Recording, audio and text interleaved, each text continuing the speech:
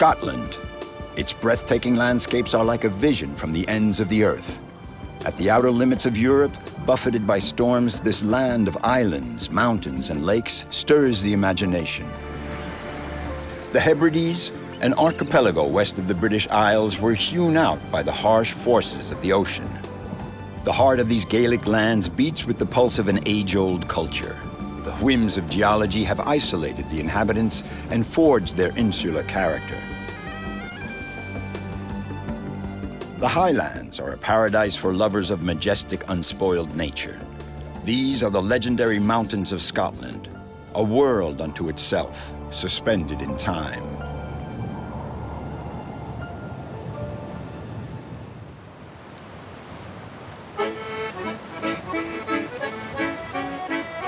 The island of Tiree is unlike any of the other Hebrides Islands.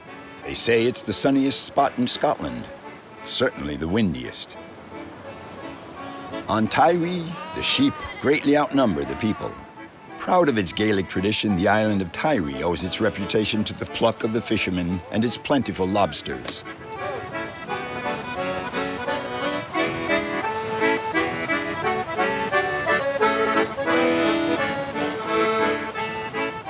On Tiree, nobody knows Alistair MacLean, and yet he was born here and has never left.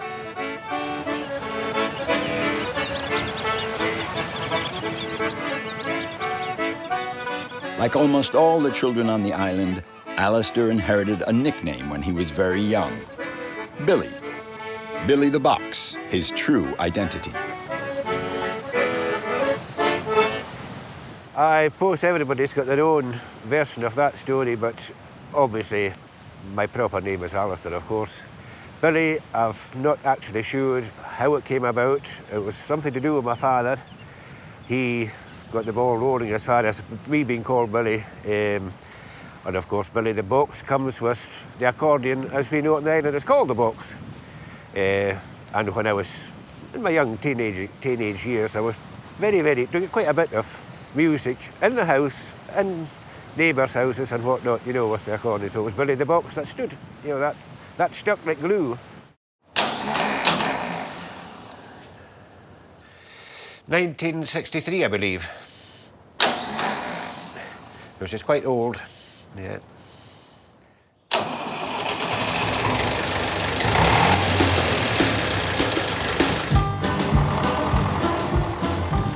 In the Hebrides, everything seems to flow naturally and timelessly. Even Billy the Box's old tractor knows the way to the sea.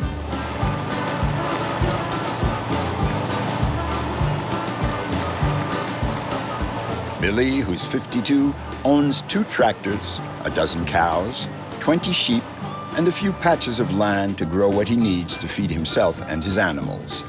The bare necessities.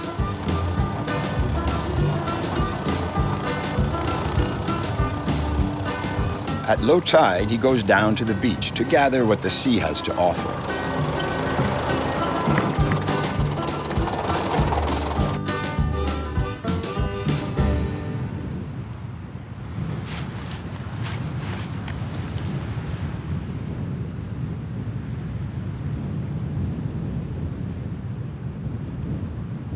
What nature gives you, you're making use of it. I mean, it comes in here for a reason, so why not make the use of it? The old folk, my father and my ancestors long before that, they all used to come down and gather the seaweed. Modern fertiliser wasn't quite so available then, and it's pricey. It costs a lot to bring the fertiliser in and to spread it and all the rest of it. I try to get as much as possible. It's not always here, mind you. It comes and goes. Depending on the wind and the tide, it brings it in, and this is the best stuff I've seen for a long, long time. You know, it's beautiful stuff, absolutely beautiful stuff. Quality Street back to Telford Road just seems to be a volume of traffic, and an accident on the A71 Calder Road blocking a lane westbound between the City Bypass and Rickerton Mains Road. Now the accident is westbound but very slow here in both directions. Billy is a farmer, a musician, and a sheep raiser.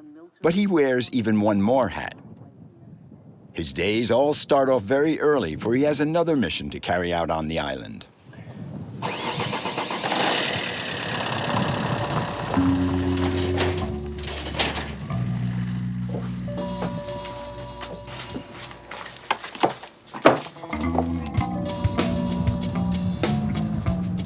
be able to live on Tiree, Billy, like many men and women here, has more than one job. For more than 20 years, he's been one of the island's 3 postmen.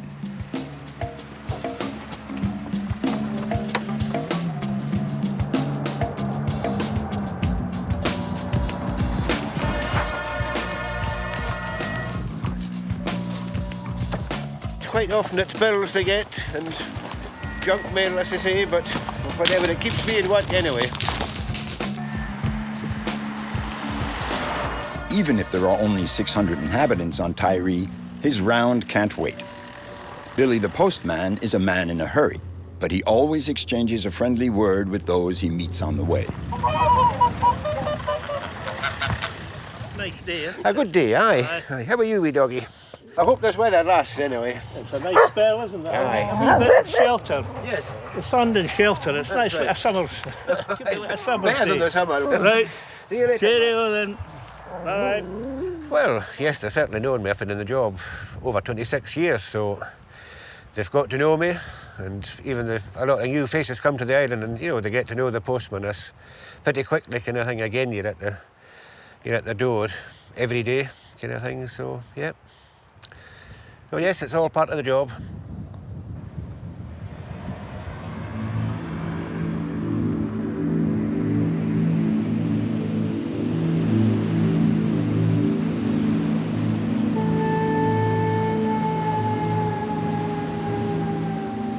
In the Hebrides, the range of temperatures and the force of the wind are in a class of their own.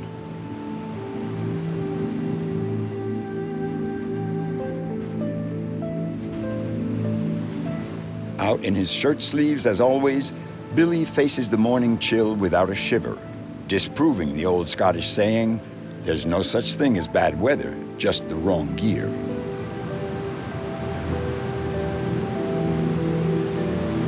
As a tidy resident and born and bred here, this is only a small breeze. This is actually quite a pleasant day, believe it or not. I would reckon, honestly speaking, you're as close to nature as you can get living out in a little island. You've got to be. You've got to face the elements every day. You get some good days, some nice days, but you can get some very, very bad days as well, where, again, you're at the mercy of the elements. What you can do, when you can do it, if you can do it.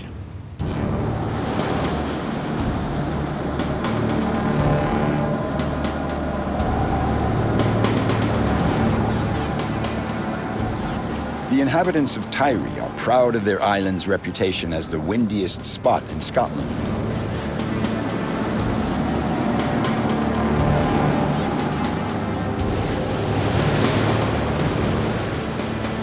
But sometimes the reality surpasses this banal tourist slogan.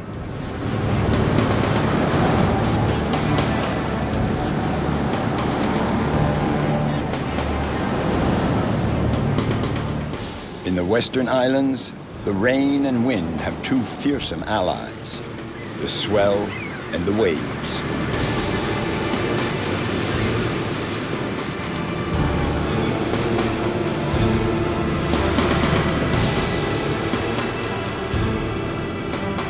In Scotland, the winter storms swing from rage to fury.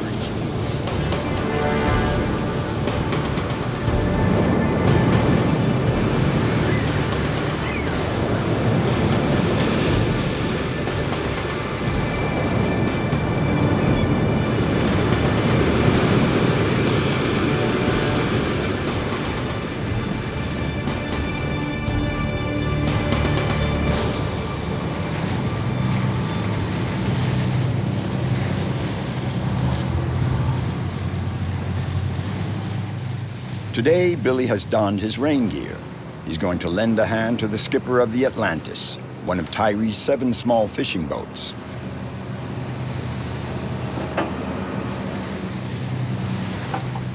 Every Sunday, the fishermen haul in the week's catch, tons of shellfish carefully kept alive in creels.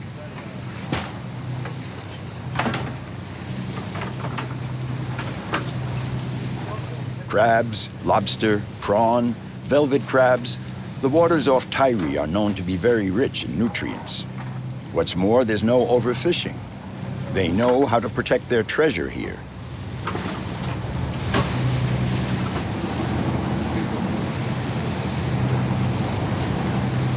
The holding pools are sheltered from the swell just a few meters from the rocky shore. Ross, the skipper, has no room for error, but the job has to be done no matter what the conditions of the sea. Because the island is so isolated, the fishermen can ship their catch out only once a week, and Sunday is the one day a truck comes onto the island to load up the produce.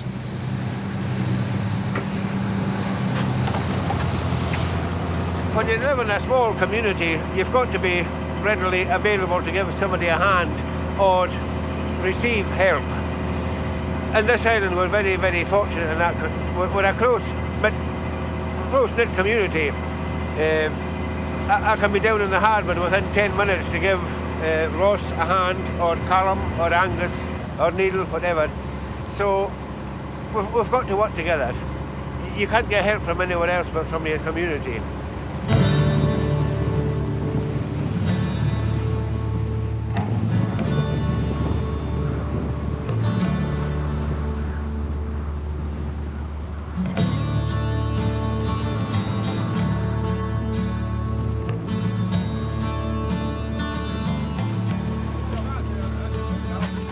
For the fishermen, it's a race against time.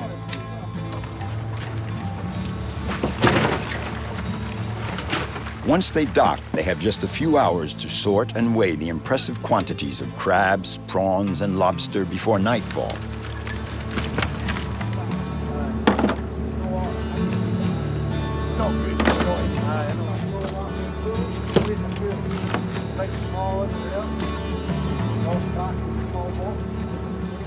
That's a big one, isn't it? Yeah, aye. That's a good size. He's probably 10-year-old, that one. 10-year-old, maybe more.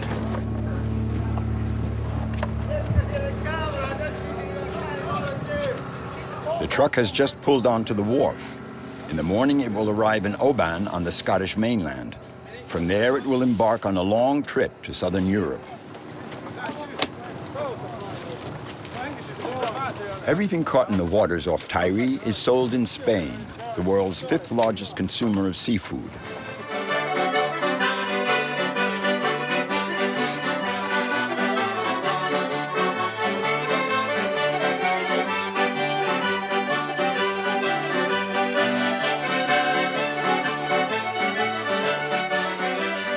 I'm born and bred here, and my father was from the island. My mother's, she's from the island, so I suppose I'm as true Tiree blood as you can get.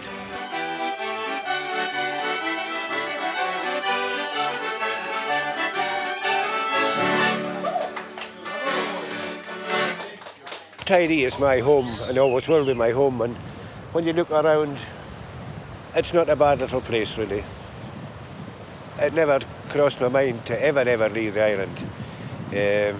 I was quite happy to stay on here, and when my late father retired, I carried on with the crofting, so that was me tied here.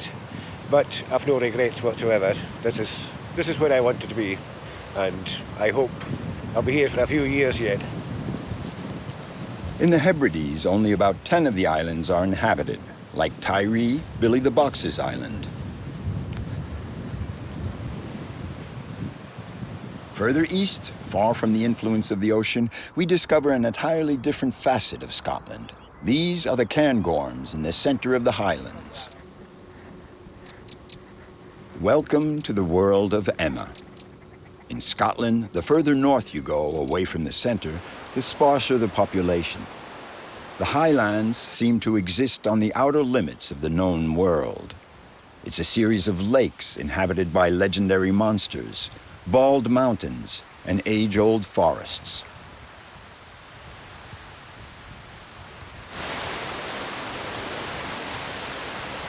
This is where Emma stokes her imagination and her dreams of mountains. Come on, Ross, let's go! Come on! My first trip was nearly 20 years ago abroad, and that was to the Alps, to Chamonix. And I did a tour of Mont Blanc. And after that, I have gone to the Himalayas, to Nepal and India, and to the Andes as well. And I love to see the mountains, but not just the mountains, it's very much the mountain people, the people who live there when I go to visit.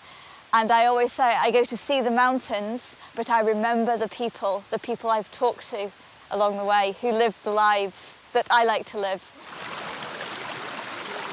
It's not too bad. Here, Emma is leading a small group of middle schoolers.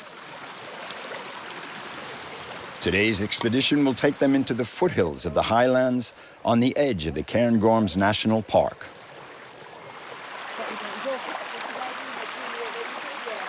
The program of the day, fieldwork in the open air. Because I don't want to end up having I need my bag back. That is a cluster. Who's waiting for a cluster of trees? So take a mattock and a spade and 5 trees with each group to start with. There you go. Okay. Emma is a volunteer in an association whose goal is to make the young people aware of the need to reforest Scotland's mountains. So today we're planting hazel trees back onto a hill where there hasn't been any trees for hundreds of years, and it was man who cut down the trees for homes, for building and for animals, and now we've got an opportunity to put them back. And it means a lot to me because the trees are very important, they're very good for the wildlife and they're very good for people. So it's really it makes me very happy to be able to have the opportunity to come out and put some trees back onto the hillside. The reforestation project is part of the curriculum in the Highlands middle schools. The students learn that thousands of years ago, these bald mountains were covered in forests. A writer and a reindeer. Well, for me, it's good for volunteering and like for my future. And it's good to have you on your CV. It's a good experience, and it's maybe leading me on to something in my future, a career. Yeah, I'll come and see the progress in maybe 20 years or so and see how much they've grown and if it's successful or not.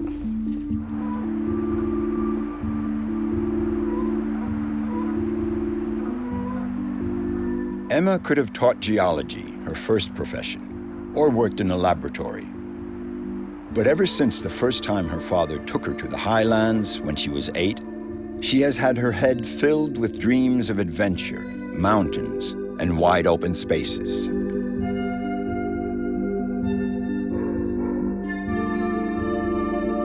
For 20 years now, she's been exploring the heart of the Highlands off the beaten path.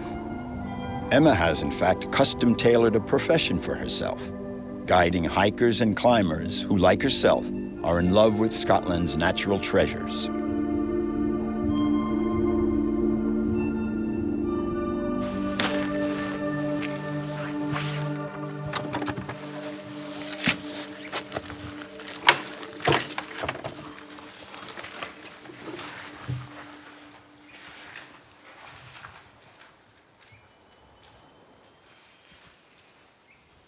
It is like coming back in time. There is nobody here, and there are just the ruins of the castle surrounded by old trees. It's mysterious and magical, and it's a very special place to be.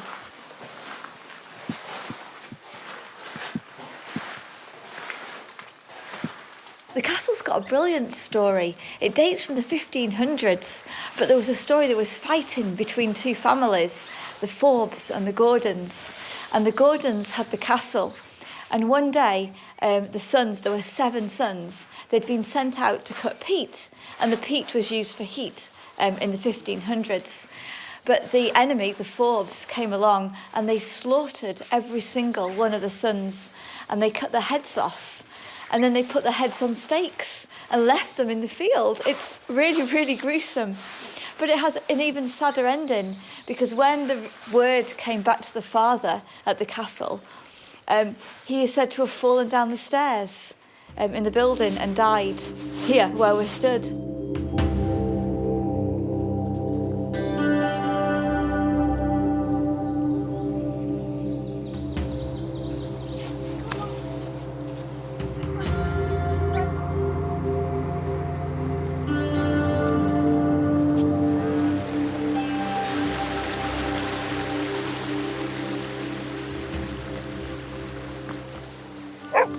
This is one of my favourite mountains. It's one of the Munros. It's a mountain over 3,000 feet in height, and this height is 3,554 feet.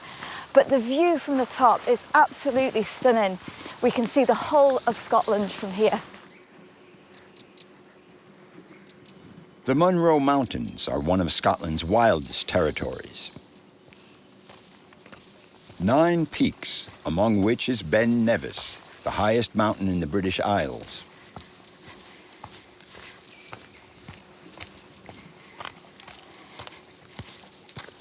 Emma is starting the ascent of Schiahallion, a legendary summit. Everyone in Scotland knows its name. Mount Schiahallion went down in history 300 years ago for a surprising reason. It's a really interesting story. It goes back to 1774, and they decided to use this mountain to see if they could measure the weight of the Earth. And the mountain was chosen because it's completely conical in shape, and it was quite a uniform mountain. And they decided that if they came up onto this mountain and carried out lots of experiments using a plumb line and Newton's law of gravity, they would be able to work out how much the Earth weighs. And they were successful. After months of training, Emma has attained her holy grail. She has been accepted into Scottish Mountain Rescue, a select team of 800 volunteers who help people in trouble. It's easy to get lost in the Munros. Mountain rescue is something I've always wanted to do. Going onto the mountains in the night or in the snow and the blizzard and being able to bring somebody back is very special. It's a very special thing to do. It is a cliche. I always felt I would like to put something back, and I have worked outside and I have built mountain footpaths and I have planted many trees. But to be able to save other people, it means a lot to me, a very, very big lot to me.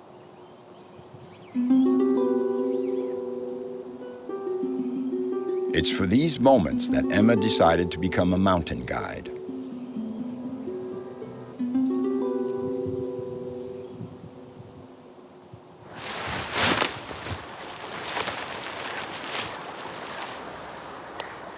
Nothing and no one can take these deeply satisfying moments away from her. For Emma, there's no need to travel to the ends of the earth to find adventure. This young woman in love with her mountains has chosen to make her life a long voyage on the paths of her own freedom. It's just wonderful just to sit and let the world stop. We spend a lot of time rushing around, and it is lovely to be here outside, surrounded by the mountains and the water, and to stop and just to spend the time with the fire and with friends sometimes, or also on my own as well, or with the dog too. For other people, they would think this is not 5-star at all, but for me it is, and it is very special to feel that way. This is much better than a 5-star hotel. This is very real for me.